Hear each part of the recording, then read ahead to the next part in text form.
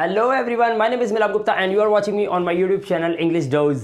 दोस्तों, आज की इस वीडियो में मैं आपको बताऊंगा कि किसी काम को करते रहने में अगर हम पास्ट टेंस में उसको बनाएं तो कैसे बनाएंगे। मैं समझाता हूँ। मान लीजिए आपको ये बोलना है रोहन पढ़ता रहता था, यानी कि पास्ट में कोई व्यक्ति किसी काम को करता रहता था। ध्यान रखना, ये सेंटेंस बहुत ज़्यादा सिमिलर होता है यूज्ड टू की तरह, जैसे किया करता था, लेकिन ये उस तरह से होता नहीं है। इसमें एक अलग एडवांस स्ट्रक्चर यूज़ होता है जिसका मतलब होता है कैप्ट ऑन। कैप्ट ऑन को हिंदी में हम बोलते हैं करता रहता था, करती रहती थी, करते रहते थे, या फिर ये भी हो सकता है कि करता रहा।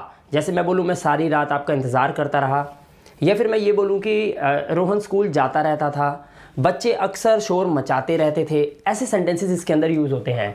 तो चलिए इसके स्ट्रक्चर को देख लेते हैं। सबसे पहले आप लगाएंगे सब्जेक्ट। सब्जेक्ट के बाद आपको कीप की सेकंड फॉर्म यानी कि कैप्ट का यूज़ करना है। कैप्ट के बाद आप ऑन लगाएंगे। ऑन के बाद आप वर्ब में आपको आईएनजी यूज़ करना है वर्ब के साथ, राइट। वर्ब के साथ आपको आईएनजी यूज़ करना है, फिर ऑब्जेक्ट और उसके बाद फुल स्टॉप, आपका सेंटेंस ओवर। रोहन पढ़ता रहता था। अब यहाँ पर रोहन क्योंकि पास्ट टेंस में कोई काम करता रहता था तो इंग्लिश में सबसे पहले हम लिखेंगे रोहन। अब रोहन के बाद क्या लगाना है हमें, रहता था के लिए हम लगाएंगे कैप्ट ऑन। तो रोहन कैप्ट ऑन, और क्या करता रहता था, वो पढ़ता रहता था, यानी कि स्टडी। तो स्टडी में आपको आईएनजी लगाना है, तो इंग्लिश बनेगी Rohan kept on studying. Rohan पढ़ता रहता था, राइट। आप हमें पढ़ाते रहते थे, यानी कि आप हमें एक काम करते रहते थे हमारे साथ। क्या करते रहते थे, आप हमें पढ़ाते रहते थे। तो इंग्लिश क्या बनेगी, आप हमें पढ़ाते रहते थे, यानी कि you kept on, you kept on. और पढ़ाने की इंग्लिश क्या होती है, जो मैं आपके साथ कर रहा हूँ, यानी कि टीच। और आप लगाएंगे यू कैप्ट ऑन टीचिंग। किसे, हमें।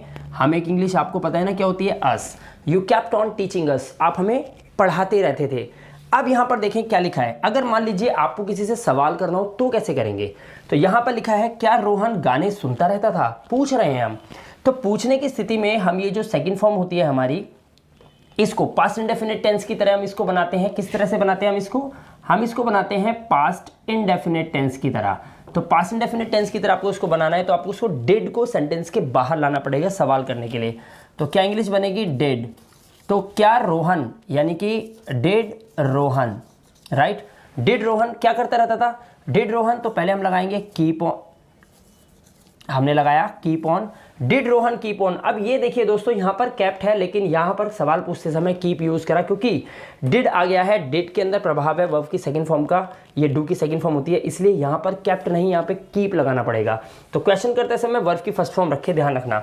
डिड रोहन कीप ऑन, और क्या करता रहता, गाने सुनता रहता था। डिड रोहन कीप ऑन, और गाने सुनने के लिए क्या इंग्लिश होती है, LISTEN, और ING कर देंगे, लिसनिंग।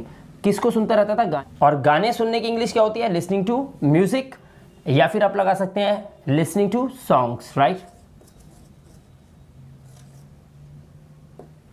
और गाने लिखा है तो सॉन्ग में आप S लगा देंगे।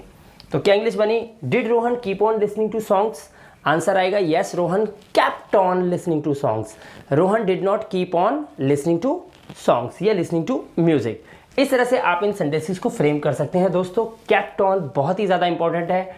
पास्ट टेंस के अंदर किसी काम को करते रहते थे, करा उसने, अगर आपको बोलना है कि उसने ये काम करा या वह ये काम करता रहता था, दोनों ही सेंस के अंदर आप कैप्ट ऑन का यूज़ करके सेंटेंस को फ्रेम कर सकते हैं।